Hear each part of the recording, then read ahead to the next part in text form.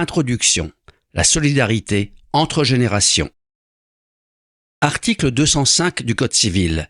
Les enfants doivent des aliments à leur père et mère ou autres ascendants qui sont dans le besoin. Article 207, alinéa 1er du Code civil. Les obligations résultant de ces dispositions sont réciproques. La solidarité doit parfois être un peu forcée, ce qui peut dégénérer en querelle familiale.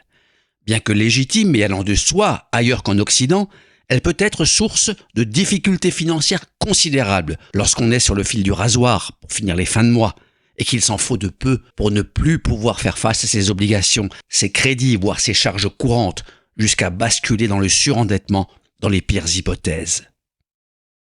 Cas le plus fréquent. Parents âgés en établissement sanitaire ou médico-social. Quand on reçoit une demande de contribuer au paiement de l'EHPAD de sa mère ou de son père, a fortiori de sa belle-mère ou de son beau-père, on ne saute pas toujours de joie, non pas nécessairement par égoïsme ou avarice, mais parce que le budget familial s'en trouve significativement bouleversé. Et alors, il n'est pas rare que l'on ressorte des tiroirs de vieilles histoires. Ma mère m'a abandonné quand j'étais enfant, ou mon père ne s'est jamais intéressé à moi, ou encore j'ai été placé dans une famille d'accueil, etc. Ces arguments sont-ils recevables? Nous verrons. Réciprocité. Enfant majeur, économiquement dépendant.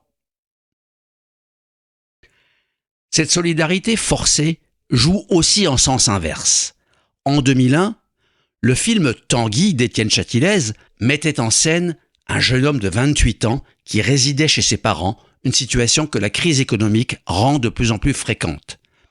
Juridiquement, les parents n'ont pas forcément l'obligation d'héberger leur enfant majeur, mais s'ils voulaient mettre leur Tanguy à la porte, peut-être à la rue, leur progéniture pourrait leur demander de passer à la caisse.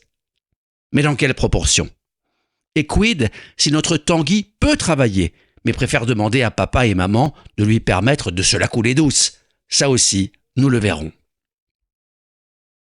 Hypothèse particulière. Divorce, décès, aide sociale. D'autres questions se posent. Comment s'articule une pension alimentaire fixée dans le cadre du divorce ou d'une rupture de couple avec l'obligation alimentaire intergénérationnelle? Dois-je encore contribuer à financer la maison de retraite de belle-maman si je divorce? Et si ma femme décède? Une aide sociale peut-elle être conditionnée par la mise en œuvre préalable de l'obligation alimentaire? Avec la paupérisation de la classe moyenne, l'obligation alimentaire napoléonienne a beau avoir fêté ses 220 ans en 2023. Elle est très actuelle, et même de plus en plus actuelle, au point que certains se demandent s'il ne faudrait pas l'étendre à la fratrie, aux frères et sœurs. Querelle familiale, disions-nous.